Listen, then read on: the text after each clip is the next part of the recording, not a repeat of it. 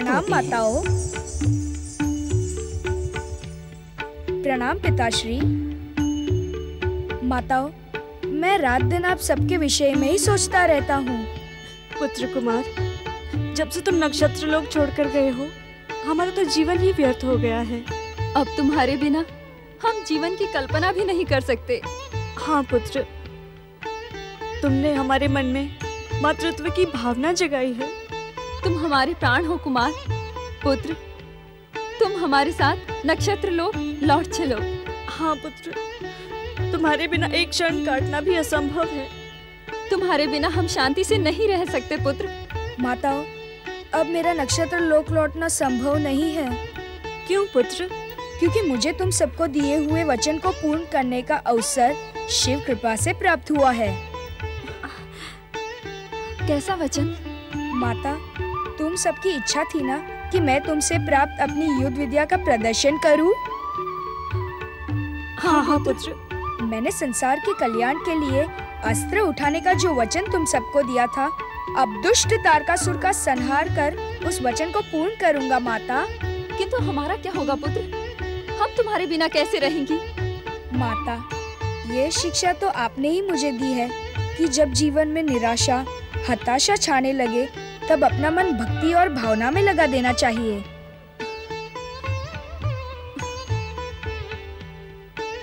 माताओं, आप सब अपना मन परम देव श्री महागणेश और देवाधिदेव भगवान शिव की भक्ति में लगाए।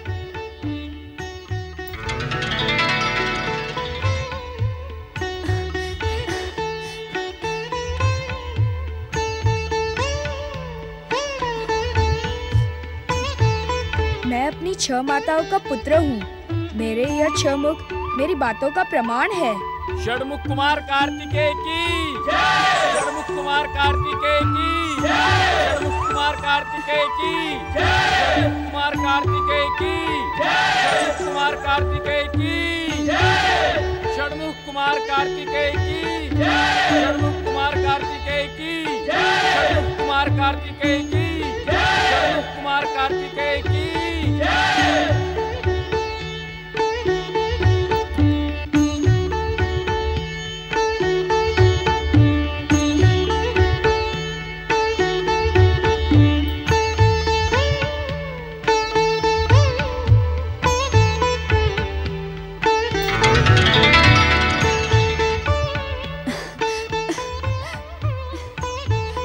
माताओं, आप सबकी जब भी इच्छा हो तब आप मुझसे कैलाश मिलने चली आना, किंतु मुझे नक्षत्र लोक लौटने की आज्ञा न दे। हम मोह की वशीभूत हो गई थी, किंतु तुम्हारे षटमुख के दर्शन के पश्चात हमें सत्य का ज्ञान हो गया है। पुत्र, शिव इच्छा से तुमने इस संसार के कल्याण के लिए ये अवतार धारण किया है।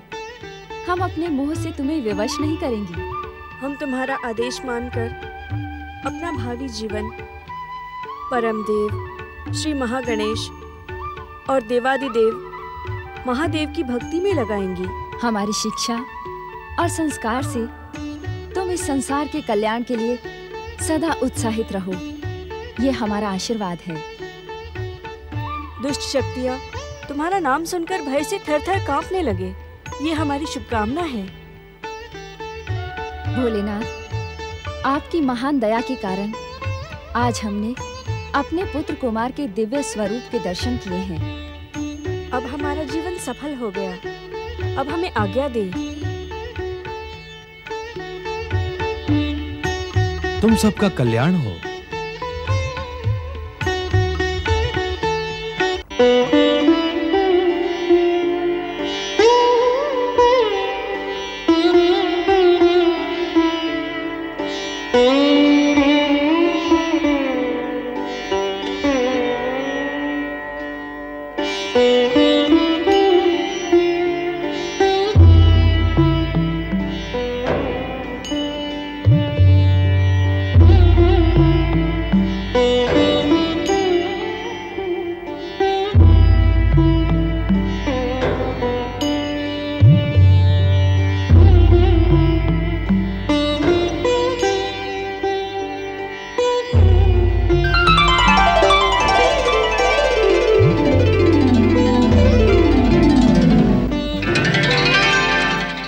स्वरूपा देवी पार्वती का उद्विग्न और निराश होना अनुचित है। शक्ति, तुम इस समय? हाँ पार्वती, जब शक्ति को आश्रय प्रदान करने वाली देवी पार्वती का मन खिन्न हो तो उसे संतुष्ट करना शक्ति का कर्तव्य है। पार्वती, इस प्रकार पुत्र के व्यवहार पर चिंतित और निराश होना तुम्हें शोभा नहीं देता। तुम जगत माता हो। तुम्हारे स्वामी शिव कितनी बार तुम्हारे सन्मुख इस सत्य का उल्लेख कर चुके हैं, किंतु कार्तिकेय के व्यवहार में तो किस व्यवहार का उल्लेख कर रही हो तुम? शक्ति, शिव पुत्र और मेरा पुत्र होते हुए भी कार्तिकेय उन 6 कृतिकाओं का ही पुत्र है। ये उसके नाम से भी सिद्ध होता है। और आज तो उसने अपने 6 मुख प्रकट करके इस बात को भी सत्य प्रमाणित कर दिया। कहने की इच्छुक तो नहीं, किंतु कहना तो पड़ेगा ही। क्या कहने की इच्छुक हो तुम? पार्वती, कुमार कार्तिकेय की कृतिका माताओं को देखकर आज तुम्हारे मन में क्या ईर्ष्या का भाव जागृत नहीं हुआ? नहीं, लेश मात्र भी नहीं। हाँ, दुख अवश्य हुआ कि अपने पुत्र के समस्त अधिकार मुझे क्यों नहीं प्राप्त हुए। इस अकारण हास्य का अर्थ क्या है शक्ति? ये हास्य अकारण नहीं है। अर्थात देख रही हूँ कि दुखी हो जाने के कारण शक्ति स्वरूपा देवी पार्वती की स्मरण शक्ति भी क्षीण हो रही है। शक्ति, क्या आज तुम मुझे अपमानित और प्रताड़ित करने के लिए ही प्रकट हुई हो? नहीं पार्वती, मैं तो तुम्हारी चिंता का शमन करने के लिए प्रकट हुई हूँ, किंतु मैंने आज तक तुम्हारा ऐसा व्यवहार नहीं देखा। जानती हो क्यों? क्यों? क्योंकि आज से पूर्व ना तो तुम इतना अधिक निराश हुई और ना ही उद्विग्न। शक्ति, तुम तो भली भांति जानती हो कि मेरा आत्मतत्व जन्म जन्मांतर से परम देव श्री महागणेश को पुत्र रूप में पाने के लिए व्यग्र है। सती स्वरूप में मेरी मनोकामना पूर्ण नहीं हो सकी। पार्वती स्वरूप में पुत्र मिला तो उसके लालन पालन का अधिकार मुझे नहीं मिला। पार्वती, मेरे हास्य और तुम्हारे प्रति कठोर भाषा बोलने का कारण इतना ही था कि तुम संभवतः भूल गई कि महादेव शिव और परम देव श्री महागणेश ने तुम्हें क्या आश्वासन दिया था। मुझे किसी आश्वासन का स्मरण नहीं है। क्यों? महादेव ने नहीं कहा था कि यदि तुम कार्तिकेय को मात्र स्नेह प्रदान करोगी तो परम देव श्री महागणेश की तुम्हारे पुत्र रूप में अवतार धारण करने की संभावना प्रबल हो जाएगी। अब वो समय दूर नहीं पार्वती, जब तुम्हारे जन्म जन्मांतर की आशा पूर्ण होगी। तुम एक नहीं 2-2 पुत्रों की माता कहलाओगी। सत्य, परम सत्य।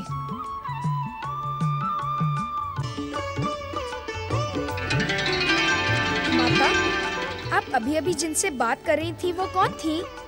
और जो थी वो एकाएक अदृश्य क्यों हो गई? वे तुम्हारी शक्ति माता थी पुत्र।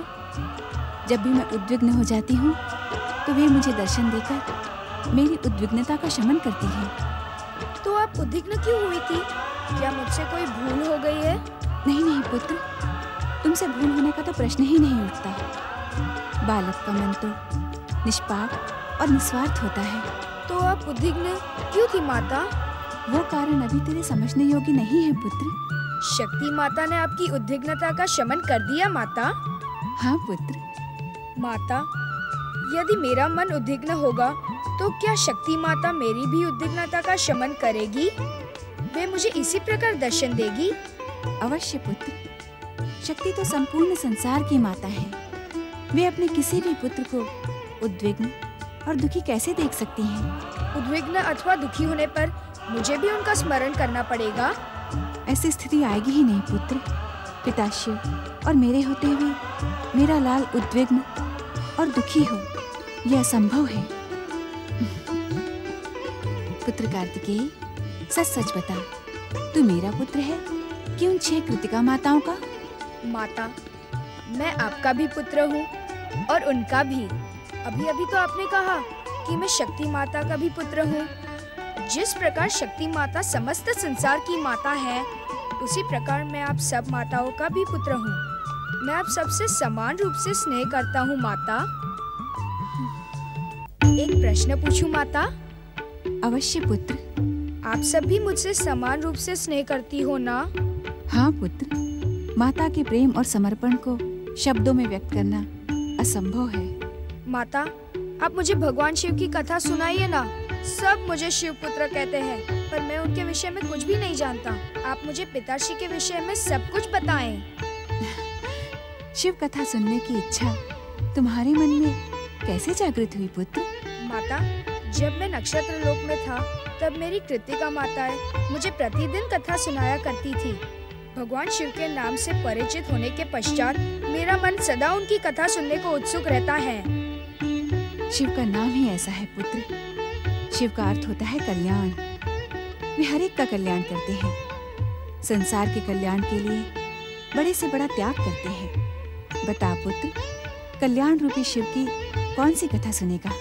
माता, आपका और पिताश्री का मिलन कैसे हुआ? पुत्र कार्तिकेय, मेरा जन्म पृथ्वी लोक के हिमालय राज्य के सम्राट महाराज हिमालय के महल में हुआ। परम देव श्री महागणेश की प्रेरणा से मेरा मन कल्याण रूपी शिव की ओर आकर्षित होने लगा। किस प्रकार? एक बार देवर्षि नारद हिमालय महल पधारे और मेरी हस्तरेखाओं को देखकर कहने लगे, महारानी मैना, आपकी पुत्री देवी पार्वती अत्यंत सौभाग्यशालिनी है। इनके पति संसार के सर्वश्रेष्ठ शक्ति संपन्न, दिव्य, तेजस्वी एवं परम ज्ञानी होंगे। इतने अधिक गुण संपन्न व्यक्ति कौन है देवर्षि? महाराज हिमालय, वे विचित्र वेशधारी, योग और वैराग्य के मूर्तिमान आदर्श हैं। उन्हें पति रूप में प्राप्त करने के लिए पार्वती को कठोर परीक्षाएं देनी होंगी। मैंने परम देव श्री महागणेश की आराधना प्रारंभ कर दी। पुत्र, श्री महागणेश से देवाधिदेव महादेव का परिचय जानकर मेरा मन उनकी ओर आकर्षित हो गया और मैंने मन ही मन निश्चय कर अपना सर्वस्व शिव चरणों में समर्पित कर दिया। पुत्र कार्तिकेय, इस प्रकार मैंने संसार के सर्वश्रेष्ठ शक्ति संपन्न, दिव्य तेजस्वी, योग और वैराग्य के मूर्तिमान आदर्श परम ज्ञानी शिव को प्राप्त कर लिया।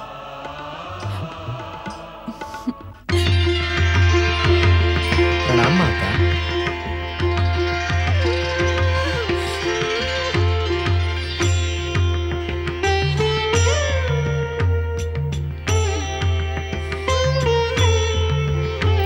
माता, आपके हृदय में उमड़ते मातृ स्नेह को देखकर मेरा मन अत्यंत प्रसन्न हो गया है। सत्य कहूं माता, तो मेरा मन भी भैया कार्तिकेय की भांति आपकी गोद में खेलने को मचल रहा है। तो अपनी इच्छा पूर्ण करो सर्वेश्वर। मुझे अपनी माता बनने का परम पावन सौभाग्य प्रदान करो। सौभाग्य तो मैं प्राप्त करूंगा माता। अब अधिक समय मैं आपसे दूर नहीं रहूंगा। मैं शीघ्र ही आपके दूसरे पुत्र के रूप में अवतार धारण करूंगा। तो क्या परम देव के वचन पूर्ण करने का समय निकट आ गया है? अति निकट माता। अब मेरी और आपकी अर्थात हम दोनों की प्रतीक्षा का अंत होगा। अब मुझे आपकी शिक्षा, संस्कार तथा माता का निश्चल प्रेम प्राप्त होगा तथा आपकी जन्म जन्मांतरों की अभिलाषा पूर्ण होगी। सत्य परम देव, आप सत्य कह रहे हैं? हाँ माता, परम सत्य। इस विशाल कैलाश में भैया कार्तिकेय अकेले हैं ना? उनके साथ खेलने वाला उनका भी तो कोई भाई होना चाहिए ना? भैया कार्तिकेय के संग खेलने का आकर्षण मुझे शीघ्र अवतार धारण करने के लिए विवश कर देगा। निश्चिंत रहो माता, मैं शीघ्र ही अवतार धारण करूंगा।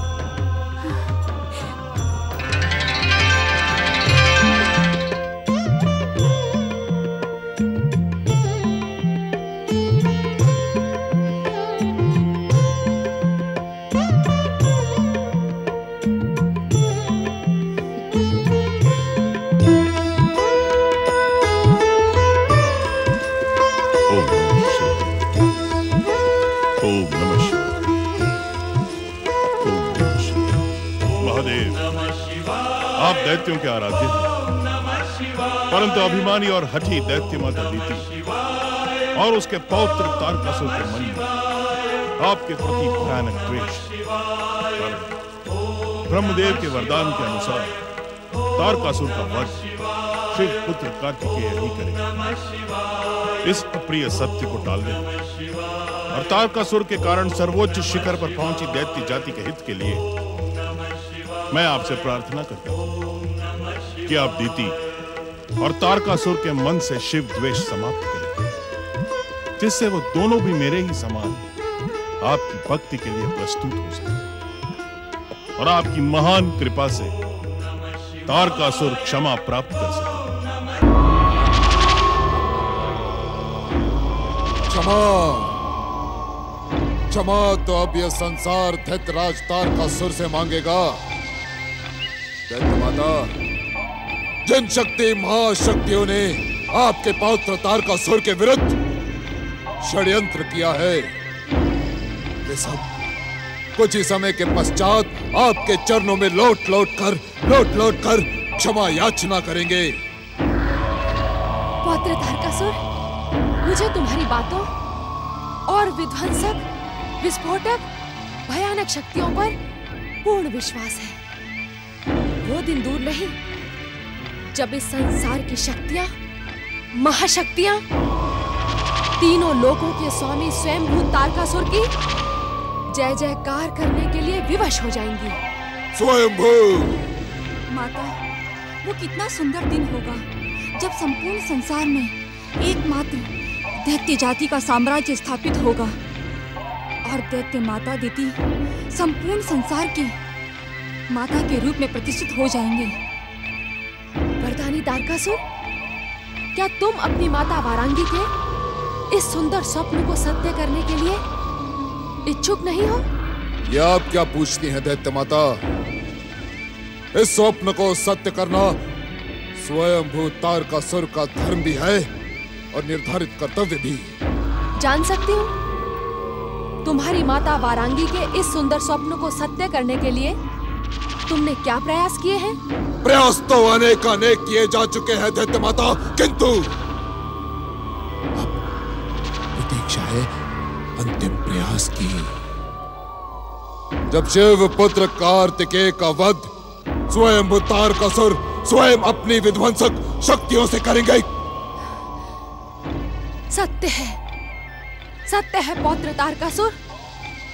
जिस दिन तुमने शिव पुत्र कुमार कार्तिकेय का वध किया, उस दिन ये संसार तुम्हारे चरणों में झुकने के लिए विवश हो जाएगा। किंतु क्या दैत्य माता? शिव पुत्र कुमार कार्तिकेय का वध करना तुम्हारे लिए कोई साधारण कार्य नहीं है तारकासुर। स्वयंभू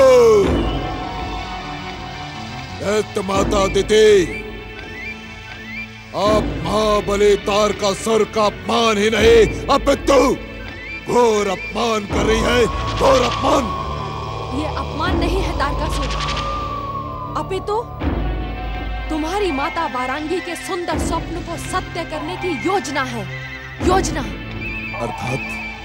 अर्थात शिव पुत्र कुमार कार्तिकेय की रक्षा महाशक्तियों की दिव्य कृपा के साथ ब्रह्मा का वचन भी करेगा।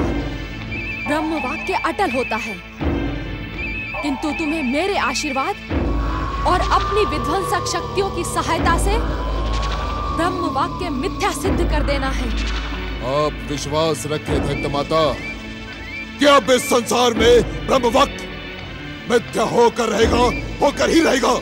किंतु इसके लिए स्वयंभू को पाताल लोक की असुर सेना की सहायता लेनी पड़ेगी। स्वयंभू उत्तेजित होने की आवश्यकता नहीं है तारकासुर।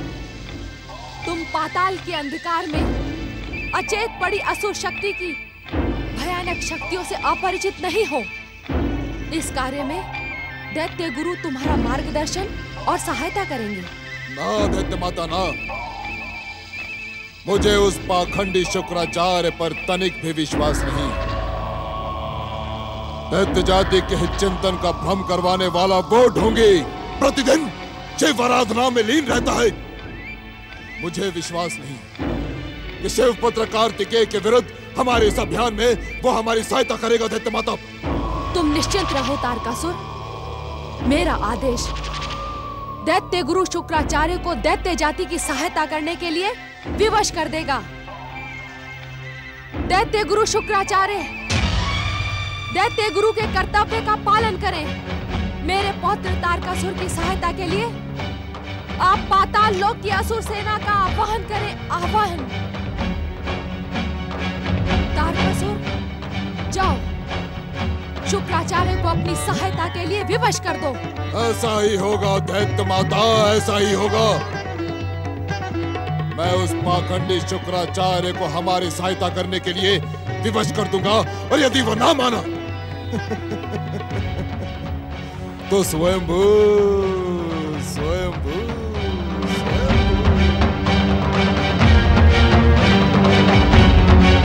आप निश्चिंत रहे शिव शंकर।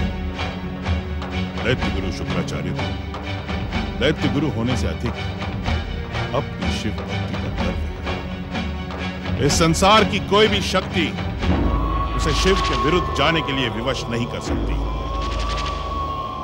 स्वयंभू शुक्राचार्य स्वयंभू, मुझे देखकर चकित होने की आवश्यकता नहीं है।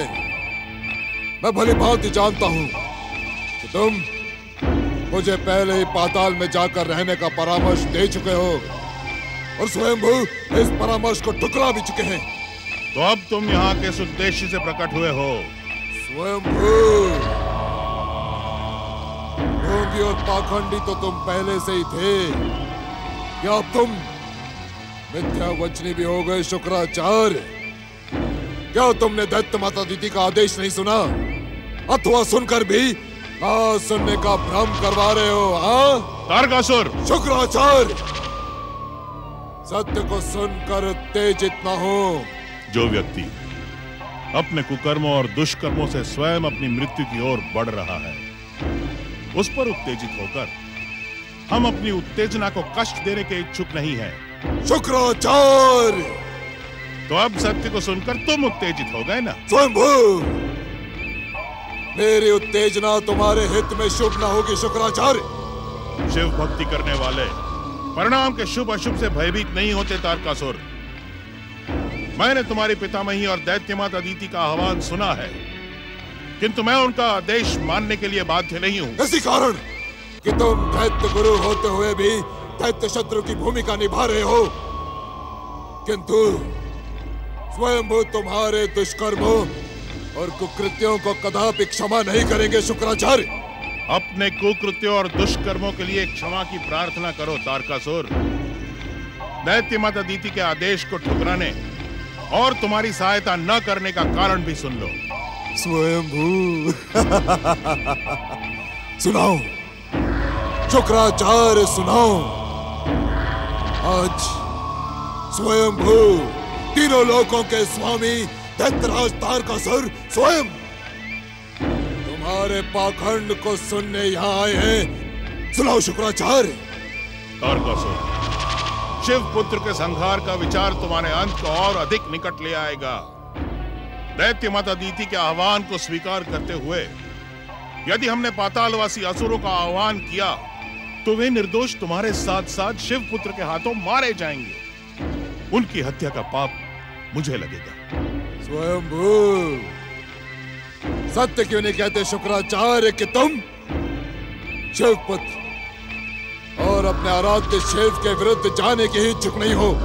यदि तुम्हारी बुद्धि और विवेक इसे सत्य मानता है, तो यही सत्य है तारकासुर। मैं शिव के विरुद्ध कदापि नहीं जा सकता, क्योंकि शिव के विरुद्ध जाने का अर्थ है तुम्हारा अंत। उस पाखंड से उचित यही होगा शुक्राचार्य कि तुम दैत्य गुरु का पद त्याग कर कैलाश पर जाकर शिव चरणों में बैठकर शिव पुत्र की सहायता करो, क्योंकि ना तो तुम दैत्य गुरु के पद के योग्य हो और ना ही स्वयंभू तारकासुर तुमसे प्रसन्न है। दैत्य गुरु का सम्मानित पद ना तो मुझे तुम्हारी कृपा से मिला है, और ना ही मुझे अपनी योग्यता का प्रमाण पत्र तुमसे बनवाना है। तुम्हारी प्रसन्नता का भी हमारे लिए कोई मूल्य नहीं है। हाँ, तुम्हारे जीवन की रक्षा करने का विचार बार बार मेरे मन में उठता है।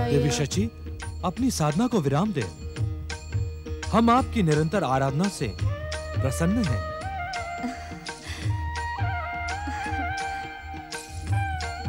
ओम नमः शिवाय। जय जय शिव शंकर, जय जय भोलेनाथ महादेव। देवाधिदेव हे भगवान आशुतोष, मेरे अपराधों को क्षमा करें। देवराज, पश्चाताप के निर्मल जल से आपके समस्त अपराध अब स्वयं ही नष्ट हो चुके हैं। देवराज, अब इस संसार को अपना कुशल और कल्याणकारी नेतृत्व प्रदान करें। महादेव, हमें आपके मन में उठते हुए विचारों का भलीभांति ज्ञान है। आप देवताओं के ऋषि नारद की सहायता प्राप्त करके परम देव श्री महागणेश, वैकुंठपति श्री हरिविष्णु और सृष्टिकर्ता ब्रह्मदेव की कृपा प्राप्त करें, जिससे दुष्ट तारकासुर का अंत शिवपुत्र कुमार कार्तिकेय के हाथों सुनिश्चित हो जाएगा। आप दोनों का कल्याण हो।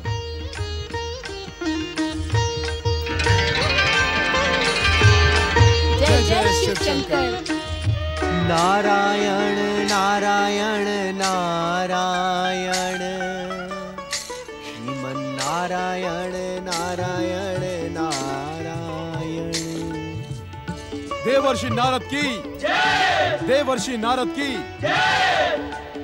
ब्रह्मा जी के मानस पुत्र परम देव श्री महागणेश के परम भक्त, भागवत भक्ति के आधार, भगवान शिव के प्रमुख आराधक देवर्षि नारद की जय, देवर्षि नारद की जय। नारायण नारायण, जय श्री महागणेशाय नमः। देवराजेंद्र, मैं ये देख रहा हूं कि स्वार्थ व्यक्ति से कैसे कैसे कार्य करवा लेता है, जिसकी कल्पना भी नहीं की जा सकती। देवर्षि,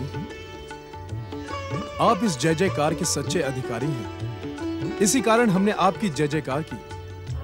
इसमें भला हमारा स्वार्थ क्या हो सकता है? नारायण नारायण। देवऋषि, एक लंबे समय के पश्चात हमें आपके मंगलकारी दर्शन प्राप्त हुए। इसी कारण हम अपना हर्ष व्यक्त करने के लिए आपका जयगान कर रहे हैं। देवर्षि, आप हम देवताओं के सच्चे शुभचिंतक हैं, मार्गदर्शक हैं। इस कारण आपकी जय जयकार करना हमारा धर्म भी है और कर्तव्य भी है। नारायण नारायण। देवगण, मैं अपने आप को किसी भी जय जयकार का अधिकारी नहीं समझता। ऐसा क्यों देवर्षि? ऐसा इसलिए देवराज कि मैं तो परम देव श्री महागणेश, त्रिदेव एवं त्रिदेवियों का सेवक मात्र हूँ। सेवक की जय जयकार करने से उचित तो यही होगा कि आप स्वामी की जय जयकार करें। नारायण नारायण। किंतु देवर्षि, स्वामी तक पहुंचने का मार्ग तो आप ही हमें दिखाते हैं ना। इस कारण आप ही हमारे स्वामी हुए। वरुण देव, स्वामी बनना सरल है, किंतु उसकी मर्यादा का पालन करना अत्यंत कठिन कार्य है। ये नारद तो सेवक बनने में ही प्रसन्न है। कारण? देवराजेंद्र, स्वामी शब्द स्वामित्व का सूचक है और इस शब्द की अहंकार के साथ घोर शत्रुता है। अब मुझ में परमदेव श्री महागणेश, त्रिदेव एवं त्रिदेवियों जैसी सामर्थ्य तो है नहीं कि स्वामित्व से उपजे अहंकार को मैं पचा सकूं। इसीलिए मैं तो सेवक बने रहने में ही प्रसन्न हूँ। यदि आपको जय जयकार करनी ही है तो उनकी जय जयकार करें। परम देव श्री महागणेश, त्रिदेव और त्रिदेवियों की जय। देवर्षि, इस समय हमारे हृदय में संसार के कल्याण की भावना प्रबल हो रही है। यदि आपकी आज्ञा हो तो आपसे निवेदन करें। नारायण नारायण। देवराज, आज आपकी भाषा को सुनकर ऐसा प्रतीत हो रहा है कि जैसे देवराजेंद्र नहीं, किसी भाषा की पाठशाला का कोई सुसंस्कृत आचार्य बोल रहा हो। नारायण नारायण। आप मेरी बात को अन्यथा ना लें। आप क्या कहने के इच्छुक हैं? आप कहें। देवर्षि, हमारी प्रार्थना में निश्चित रूप से संसार का कल्याण छुपा है। जब तक तारकासुर का संहार शिवपुत्र द्वारा नहीं होगा, तब तक सारा संसार तारकासुर के अत्याचारों से पीड़ित रहेगा। देवर्षि, उस दुष्ट तारकासुर के अंत का कोई ना कोई उपाय अब आपको करना ही चाहिए। देवर्षि, कोई ऐसा उपाय करें जिससे शिवपुत्र कुमार कार्तिकेय शीघ्र ही यह कार्य संपन्न कर सकें। शिवपुत्र के कैलाश आगमन का उद्देश्य ही देव सेनापति बनकर दुष्ट तारकासुर का वध करना था। अब विलंब क्यों?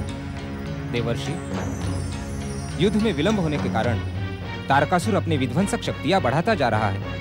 कुछ समय पश्चात उसे मारना तो दूर, परास्त करना भी कठिन हो जाएगा। देवर्षि, परम देव श्री महागणेश की कृपा से संसार के हर सत्य से आप भली भांति परिचित हैं।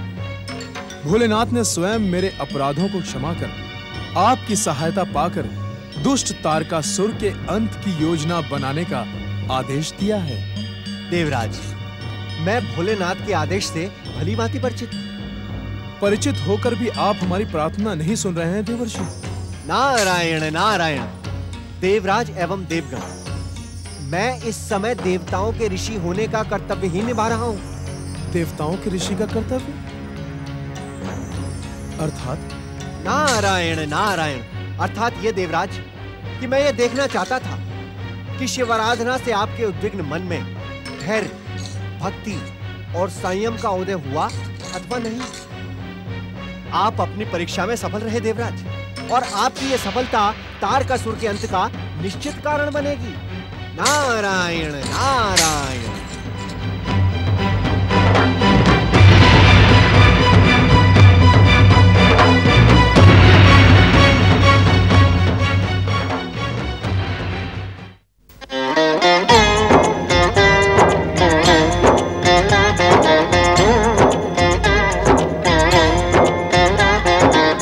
अर्थ समर्थ ये इनसे जीवन, यही है करता यही है कारण।